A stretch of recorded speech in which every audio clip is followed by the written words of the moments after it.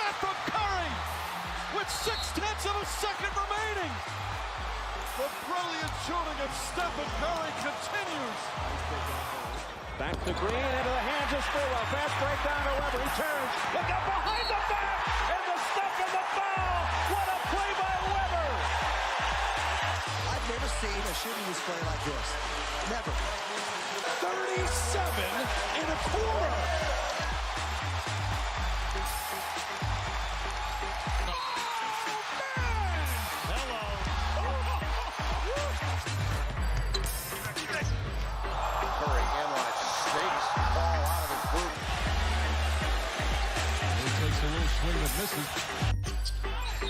Curry splits the defense behind the back.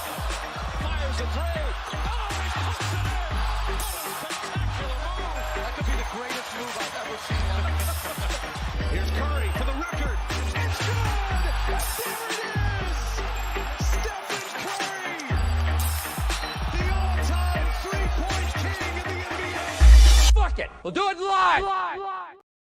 You are in the Warriors Huddle with me, Bramno Marcus, today, but with you per usual, my master of all things video and sound, Maxime. How's it going? Maxime, let's start this by acknowledging the elephant in the room. So, I mean, everybody knows how fucked up I am. I have a lot of psychological problems. One of those psychological problems is I don't like change, any new setup. And today we're recording in person, which is great. We haven't done it for a long time, but that means we're now sitting in a weird place. We're like next to each other. I don't know where I should be looking at you or the camera. So this whole thing, I'm going to need like 2 or 3 therapy sessions to get back to baseline. I hope it's worth it, dude. You're going to have to really dominate today. We really have to dominate. This is so. First of all, I feel like I'm missing the litany of things that the guest gets of like a man who does this, this, and this. I feel like I've never gotten one of those, and I'm at this point a little offended that I just get to be the master of all things sound and video. You know, with me per usual, a man who is making me feel remarkably awkward with that fucking observation, Maxime. There you go. That's for you, dude. I'll appreciate it. I'll come up with another. No, I won't. That's going to be our intro. It is what it is. Let's go ahead and jump in. We got a lot of Warriors stuff to talk about, and let's start with our glass half full. Normal segment, our usual starter. Look back, man. Give me something you like and don't. We have wins to pick from. Things are kind of better in Dub Nation, so there's a lot of positivity for you to select. I'll let you go first, man. What do you got? Well, listen, the title of this podcast is we know we're going to focus on Jordan Poole. So I'm going to steer us away from what was a lot of really good Jordan Poole conversation topics and go a little bit to the fringes of the roster. But I think it's worth taking a moment to celebrate our boy, Patrick Baldwin Jr. Not just because allegedly he just tried peanut butter and jelly sandwiches for the first time a couple of days ago, which I think is just shocking. Yeah, the reports are that he didn't try that until a couple of days ago, and now it's one of his favorite snacks. That's great. Regardless, I'm actually more interested in his on-court performance. He hit a couple of big clutch threes, right? Steve Kerr was talking about how some of his performances in the Brooklyn game might have given him a little bit of momentum to come in and perform really well. In the Utah game, that's great. But the thing for me, when you have limited minutes like that, to come in and make an impact the way he did, I don't know that I've seen a young player with as beautiful of a shot as his in a long time. And I'm not going to compare him to Kevin Durant because Kevin Durant is on a completely different class, but some of the way he was shooting, some of the form, the way he sort of like pushes his body towards the rim as he goes up, he's like a tall, lanky dude. It did kind of remind me of KD's form. And I couldn't help but get excited about that. If you had given me 3 hours to just guess what you were going to say before we started this, I never at any point thought, you know what you're going to say? You're going to say that PBJ is a lot like Kevin Durant. Yeah. I did not see that coming at all. Let's go. I mean, that's a glass all the way full take. I am so distracted that he hasn't tried a peanut butter jelly sandwich. I don't believe that. I'm just going to say it right now into this microphone. That feels like complete bullshit to me. It's the kind of thing you would say just to rile somebody else up, especially if your nickname was PB&J. But no, dude, I didn't think we were going to see 13 minutes from Patrick Baldwin Jr. at all in that last game, let alone 13 remarkably productive minutes. And I read an article this morning that pointed out that he spent the morning in Santa Cruz and was not expected to get called up. And that kind of mental flexibility, to be able to suddenly find out that you're going to be playing a real role for the big club after practicing for the G League thing is its own skill set. And the idea that he could do that, I'm really impressed with. And We've given the Warriors this credit before, but the whole light year shit with Santa Cruz, the idea of not only having a G League team, but one that's so fucking close that when you need somebody, I mean, what happened is they weren't sure if Draymond was going to run, and they knew that Wiggins was not going to play, that they could reach out and pull somebody back up within 90 minutes, which was dope as hell. I'll give you something else I like. I like Ty Jerome. And let me start this way, dude. I owe him an apology. Earlier this year, somebody asked me where Ty Jerome came from, and I think I said the Dodgers. You know, it's like I thought he was like a second baseman. I've never heard of him, know nothing about him. And now it's not just his quiet confidence or his quiet capabilities. It's the dog in him. There's a real FU angle to Ty Jerome. I think he had like 17 and 4 last night, but the whole time he's playing with a chip on his shoulder and he's doing it successfully. Those are the kind of guys that they get me fired up, man. And we haven't had one like him for a while, you know? So Ty Jerome, absolutely loved. And then, you know, we got to say it. I'm bearing the lead a little bit. Jordan Poole's a starter. It's a different dude. I mean, rewind the clock to last week, and we were sitting with Eric and we were sitting with Jason, and we said, all right, Steph's going to miss some time. Who needs to step up? What's the main guy who can make a difference here? And it wasn't, you know, an incredible take. It was an obvious one, but Poole was our answer, and he's done everything we wanted. So another thing I like, Jordan Poole as a starter, quietly ushering in, you know, wins we need, man. Yeah, totally. And I want to take them sequentially because I also, you know, just want to point out Ty Jerome has been very, very exciting. And I think it's really fantastic. You know, he came up clutch. That clutch 3 was fantastic, but also just, you know, Steve Kerr said that the reason he continues to go to him and trust him is that he just doesn't turn the ball over. And it's like that kind of poise is really, really impressive. You know, it makes me a little nervous because, you know, Steve Kerr was interviewed today, and they were asking, hey, we got a roster slot open. You know, are one of these two-way contracts going to convert? And it's, you know, I don't know, but obviously there's only room for one. They sort of serve different positional needs. We can get into that, but I think, you know, it's worth celebrating the guy right now and also understanding that he's definitely just being slotted into a position that is normally filled by the greatest shooter of all time. So, you know, really exciting to see that guy. I think he definitely has earned himself a spot in the league somewhere.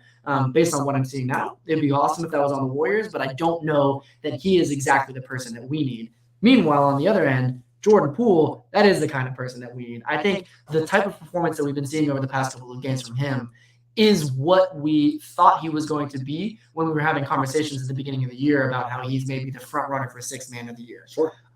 Now, is that, to me, the question is, cool, if he can do this in the starting lineup when Steph comes back in, are we getting, you know, can he kind of jump back into that secondary role and still perform at a high level, or does he need to be a starter to be able to provide the type of productivity that we have seen from him? Dude, it's almost as if that's the title of this episode. That we'll be focusing on him. Before I go to Poole, I'll give you something I don't like. I don't like not knowing where I should be looking right now. Oh, it's freaking me out. I don't know if I'm supposed to be looking over here, like into the camera. I don't know if I'm supposed to be looking at you. I'm sitting right next to you, so that part's fucking me right up. Another thing I don't like people who wish me Happy New Year before Christmas. It happened to me like 10 or 11 times. I feel like it's weird now. It's still not weird in 2022. People are wishing me Happy New Year. It's not there yet. So I don't know. I don't know what the official cutoff is. I'm going to say maybe the 30th, right around there. But early wishings of Happy New Year, it's just weird. It makes me uncomfortable. Let's put it that way. I have to mean Happy New Year, man. Go fuck yourself. Yeah, no, and I don't. Again, I wasn't even sure to make eye contact with you there. You just combined the two things I didn't like. So that wasn't for me at all. Let's transition. Golden questions, man. This is our mailbag. As you know, they sometimes get personal, always deal with the Warriors. And really, this one is only one question deep, and it's an important one. So here's a question. Quote, Jordan Poole is ignoring the weather and throwing pool parties again. Has he earned a permanent role in the starting five? So let me pause for a second. I mean, you know, I like the kind of cleverness of that question. Also, the pool parties thing, is it weird that I'm getting kind of tired of that comment? Like, I mean, it's a positivity thing and it's good, but just the phrase, even as I read that, it did kind of annoy me. We don't have to jump into that instead. So I'm going to split this up. They're asking, is Jordan Poole or should Jordan Poole be a permanent starter? But let me break that into 3 separate questions. I'm going to ask you, is he good enough to start? Is he better as a starter? And then finally, if he should be starting, who should they sit? Let's start with the first one because it's easy as hell. Is he good enough to start? Of course he is. You know, that's been true since the G League bubble bump. He was very important part of a title team. So he's absolutely there, which leads to the second one. Is he better as a starter? Again, yes, dude, much. So I'm stealing this from friend of the podcast, Connor, who recently wrote an article detailing that Poole has been doing nothing but putting up numbers since December 14th, which is when Corey went out, and then all those numbers suggest he should start. Here's some things that he pointed out. As a starter, Poole is averaging 26.1 points per game. As a bench member, he's averaging 14 points per game, and it's only an additional 6 more minutes on the floor. And Poole's also shooting better. He's about 4% better from the field and 12% better from the foul line. So is he better as a starter? Again, yes, right? Which leads to, should he be a permanent member? Who would you sit? So before you even focus in on the who would you sit, should he be a starter, just those first two takes. Are you happy with what Poole's done? Are you impressed with who he's been since the 14th? No doubt. And yes, absolutely since the 14th. And sure, we're talking about the 2022 season before the 14th, but I think I was also very impressed with how he played in the playoffs last year. And that to me said, oh, this guy should be a starter. You know, he had the poise to step up in the big moments and knock down big shots, right? And I think that's the type of reason that you want somebody to be a starter. On a team like the Warriors, we don't care about the 82 games. We're still more interested in the 16-game season, right? So he has shown that he understands how to be in those roles. We know that his demeanor off the court is somebody who is a hard worker, and that's all the type of stuff that you want from somebody to be a starter. So absolutely should be a starter. Now, I guess, what's the next question? I already forgot. Who would ultimately sit? I'm going to piggyback off your playoffs take, because one of the things I was going to say, one of the things I'm worried about Jordan Poole is the ability to come off the bench and succeed is different. There's a mentality that you need. You need to not have to have leeway to make mistakes. You need to be able to cook immediately and then sit. And I was going to tell you, I'm not sure he could do that. But you hearkening back to the playoffs shows, and no, I'm wrong on that. He not only did it in that playoff role, he did it in much higher stakes. You know, he had to cook on demand and was able to do it. So we've seen it. You know, there's certainly something switches when he is a starter. I don't know if it's the extra confidence that comes with it. I don't know if it's the extra leeway, just the time to make mistakes. But looking back at the playoffs, you're right, dude. He's capable of I don't know, succeeding in small stints, which leads to the final thing, dude. So if we put him in right now, it's easy. They're hurt 1,000 ways from Sunday. They need any starters, let alone competent ones. So of course he stays there up until Steph returns and Wiggins is back. But once they're here, you know, that starting five, and we've heard this from all of the national guys, has been remarkably successful. It hasn't been the starting five that's been the problem for the Warriors. It's been their back five. And so here's the current starters: Steph, Clay, Draymond, Wiggins, Loon. If you put Jordan Poole into that, if you made him a starter, who the fuck do you sit? Right? So it's not Steph, it's not Draymond, and it's not Loon. We don't have, I mean, Steph it speaks for himself. Draymond also speaks for himself. And we don't have the kind of size where we can put in Poole for Loon. So that leaves Clay and Wiggins, both of which present, is Clay mentally capable of coming off the bench right now? Is that too much of a fuck you to him? Wiggins has been maybe our second best player up until his injury, but I'll put it to you. So if Kerr gave us a call right now, randomly as hell, said, look, you look really awkward on the camera. I don't know. Brandon doesn't know where to look. This whole thing is strange as shit. Dude. You're drinking different things, which is weird. He'd point all those out and then ultimately say, I want to start Poole, but I don't know who to sit. What would your answer to him be? We've already narrowed it down to two, right? It's either going to be Wiggins or Clay. I would actually even narrow it down to one, in that I don't think that Jordan Poole can replace Wiggins on the defensive end. So even if you could have a net neutral between, you know, offensive output from Wiggins to offensive output from Jordan Poole, there's just no way that Jordan can cover the type of defensive load that Wiggins is covering. Okay, so that just leaves Clay. And I think what you said is already the case. You saw, I felt the pain that Clay was feeling. Granted, a half of a percent of, I'm sure, what he was going through. But you could see his sadness when Charles Barkley was, you know, ribbing on him, saying, you know, the dude has had his confidence rocked for good reason. You know, he's had the two most catastrophic injuries that you could possibly have in back-to-back seasons. That's rough. And you're also seeing him start to come back. At the end of the day, I think I'm going to answer the question already, which is to say I would not replace anybody in our starting lineup because Klay is the only person that I would consider at this point. And I'm seeing more and more. Like Klay was also fantastic, in the first half of this back-to-back, and obviously we're sitting him because he's still taking time to recuperate and recover. But what he's showing on the court says that he's moving in a positive direction, not in a negative direction. Yeah, no, that's completely fair. I think Klay would be the guy who I would sit to if I had to sit somebody.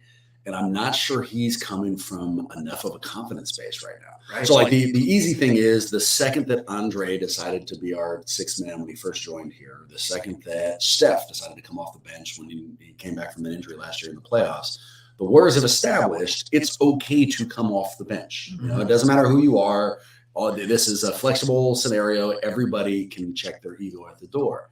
But the other thing that we've established this year is that Klay is feeling his mortality. He feels like he's a little bit defensive. I can associate with all of that.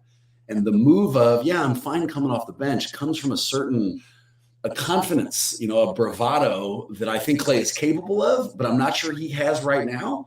And for as long as he's bringing it around him, I think he's averaging over 26 over the last 4 or 5 games. I'm not sure if I want to rock that either. So Jordan Poole is an exceptional player, is a difference maker, has a very bright future in this league, and will very, in the not so distant future, is going to be a fixture at, as a starting 5 with the Golden State Warriors. But I'm not sure it's there yet. I don't think you can do it now. So if I got that call from Kerr, I'd agree with him that the eye contact here is a little bit awkward, and then I would say, no, we need Poole coming off the bench. Yeah, I think that's where I'll leave it. Yeah. I think your point about Andre Iguodala is a really good one in that Iguodala is coming off of already a pretty successful career as a starter in Denver.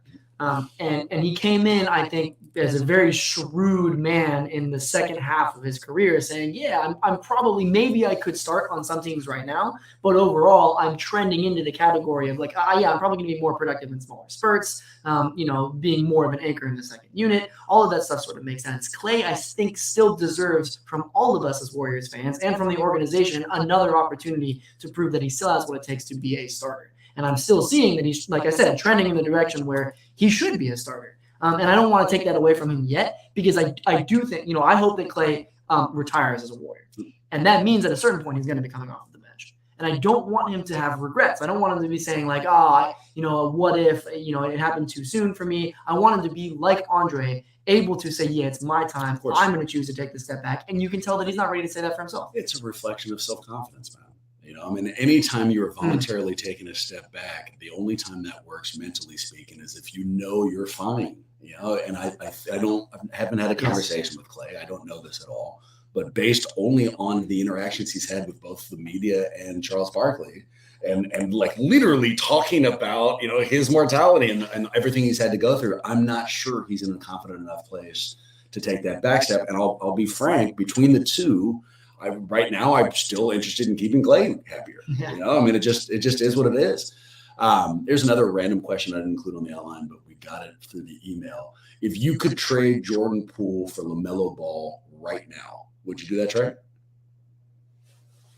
No. Why? LaMelo Ball right now is, I think, more of an asset to the Hornets.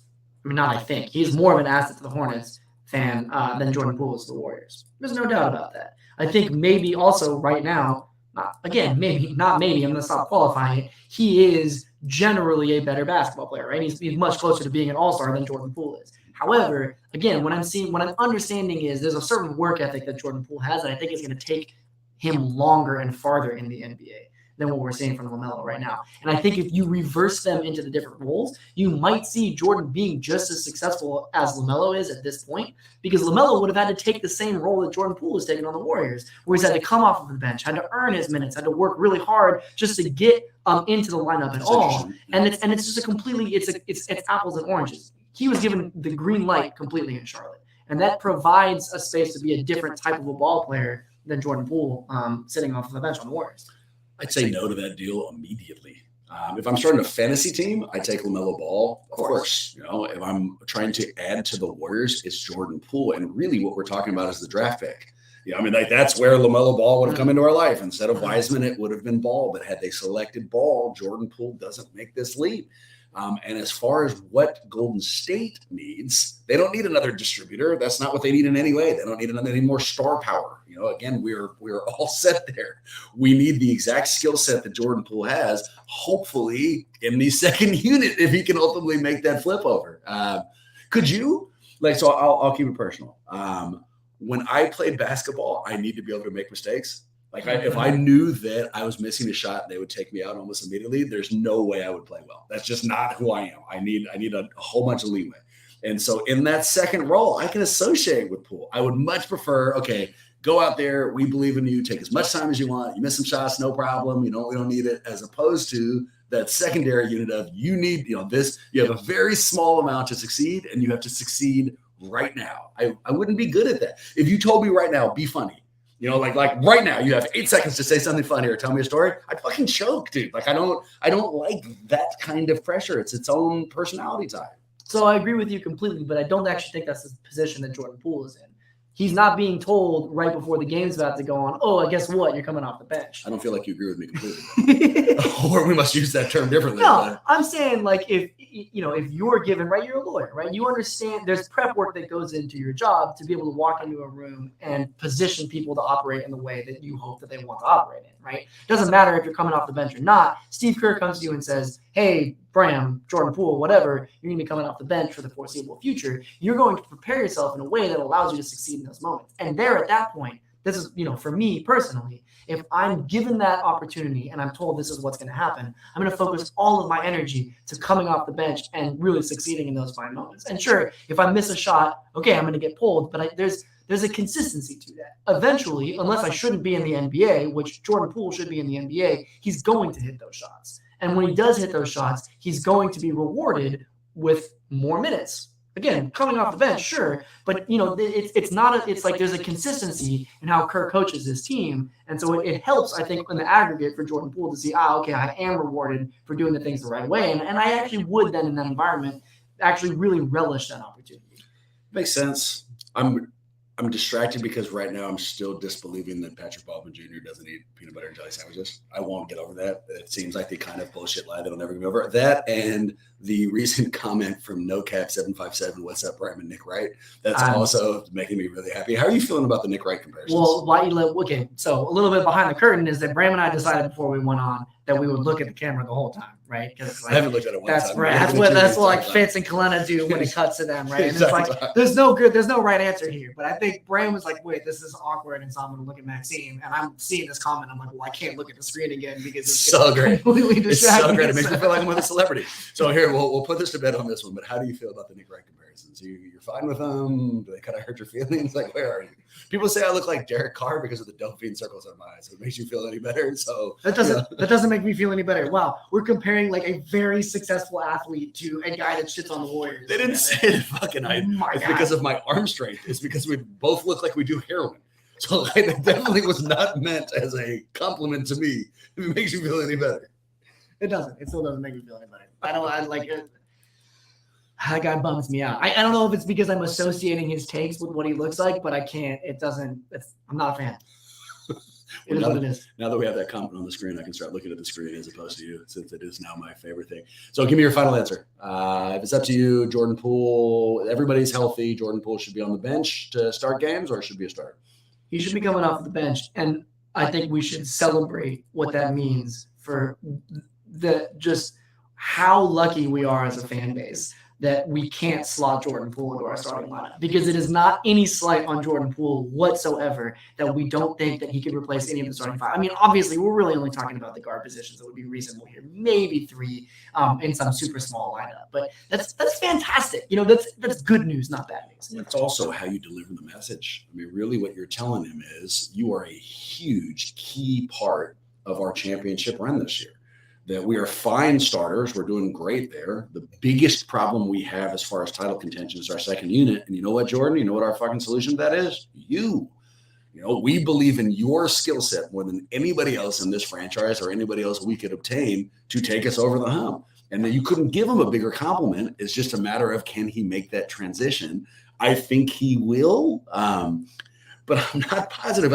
This whole year has been weird. I can't get a handle on it. Whenever I want to let go of the rope and think, well, this isn't our year, they have a giant statement win back, against Memphis or Boston. And then after every giant statement win, like the Boston one, they then go and shit the bed. And it's been hard for me to decide what kind of year this is going to be. It's almost made for better television. Suddenly the regular season really matters again. This Friday matchup against Portland matters, even just for playoff race. But it's hard to have a definitive opinion on the actual team. Well, let me ask you a question, if you don't mind, which is this. We've been talking a lot about Chase Center and the degree to which, it is or is not shades of what Orville used to be. But we're actually seeing that we have the best record in the league when we're defending our home turf, and obviously the worst record in the league when we are on the road. Is there actually something to be said for the Chase crowd being more of a home court advantage than we want to admit? I'm going to say no, haven't been. Yikes. That disparity, those records, that's going to be a golden question for down the line. We need somebody who covers the team and can give us a little bit more detail. I do not know why that disparity exists. It's one of the strangest stats that I have seen. And because of that, we need somebody a little bit smarter than you and I to handle it. So Fantastic. We'll throw it down to them. But I do have a random ass story for you that I want your opinion on. So it requires some setup. I have a friend who is right now looking to add a little bit of money to his life. He's got a really nice house in Oakland. He's got a lot of extra space. And so he's decided to rent out the downstairs of his home. And it's, even though it's his home, it's separate spots. That downstairs has its own entrance. It's not like he has a housemate now. He's just getting a little bit of extra money. And he's done that for, 4 or 5 weeks now, figuring out what the logistics like that mean. And last week he receives a package that he doesn't recognize the name on it, doesn't know who the hell it is, decides to open it nonetheless. And inside of it is a sex toy. All right. So he has this package now, doesn't know who it's for. And while looking in and seeing the sex toy, he gets a text from his new tenant downstairs saying, I'm expecting a package. Would you mind keeping a heads up for the package? All right. So you're now the homeowner. All right. Put yourself in the place of my boy. What do you do? What do you do with that package? Do you go back down with it? Do you pretend like you didn't receive it? Do you throw it away and tell the dude that like the thing has been lost in the mail? What's your move in this scenario? Because he told me the story and I immediately got lost in the awkwardness of it. And how would you handle that? Sex positivity is a great thing, right? I think me personally, I'd be like, hey, guy, way to get this thing. Fantastic. I opened this thing for you, whatever, Holy shit. If you came downstairs and you handed me a sex toy and said, hey, guy, way to be comfortable with sex. I'm moving out fucking immediately. Faster than I could possibly move out. All right, I should not. I feel like that advice is terrible. I happen to know that this friend listens to the show, so do not follow that, please. That is terrible advice. He went down and just gave it to him without saying anything. What I said is, you should have stapled that shit closed. Give him the gift of, even though he would know that FedEx wouldn't staple it, give him the gift of, I didn't see it. Let's pretend like nothing's happened here. Am I crazy with that? Is that not the move? Well, so I don't know, but I can't, because it's a Warriors podcast, I couldn't help but start to think about what would certain players do in that situation. And I feel like the dichotomy is you're the Steph Curry end of the spectrum. I feel like that's what Steph would do. And I feel like Jordan Poole would have done exactly what I did. I don't know these guys that well, but their on-court antics make me think that that's exactly what would have happened. Listen, I don't know them that well. You don't know them well enough to tell me what they would do if they received a random sex toy in the mail. No, clearly I know them well enough to gain an opinion there. We're pretty close, but I'm very distracted by you going down and be like, good for you, sex positivity. I think it's great that you sent this to my house and let's have a conversation on how you pick this. Jesus Christ, man. Here's my last question for you. Give me a prediction. So Friday they play Dame Lillard and the Trailblazers, a game I'm actually hoping to go to. The Warriors have shown some growth. They're on a 3-game winning streak. They're at home. Positivity seems to be rolling. But this season, if it's taught me anything, it's right about now when we have a weirdo gut punch loss. So what's your guess?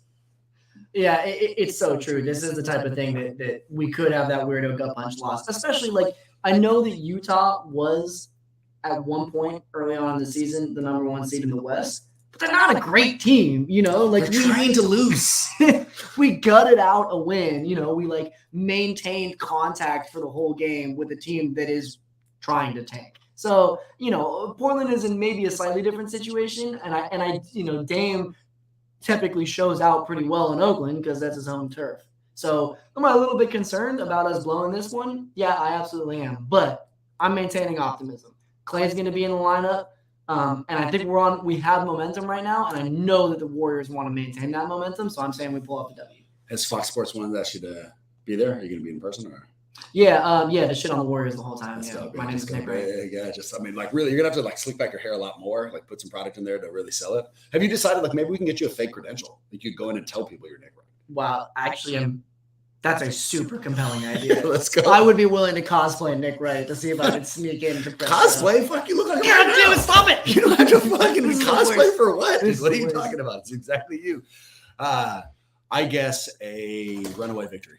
I bet you the Warriors are underdogs. I haven't looked at that. I bet you it's like a 1.5 point spread for Portland, and I think the Warriors win by more than 5. So we'll see how that ultimately plays. I'm also a homer and remarkably overly optimistic. So we'll see how that goes. But fuck, man, big fun.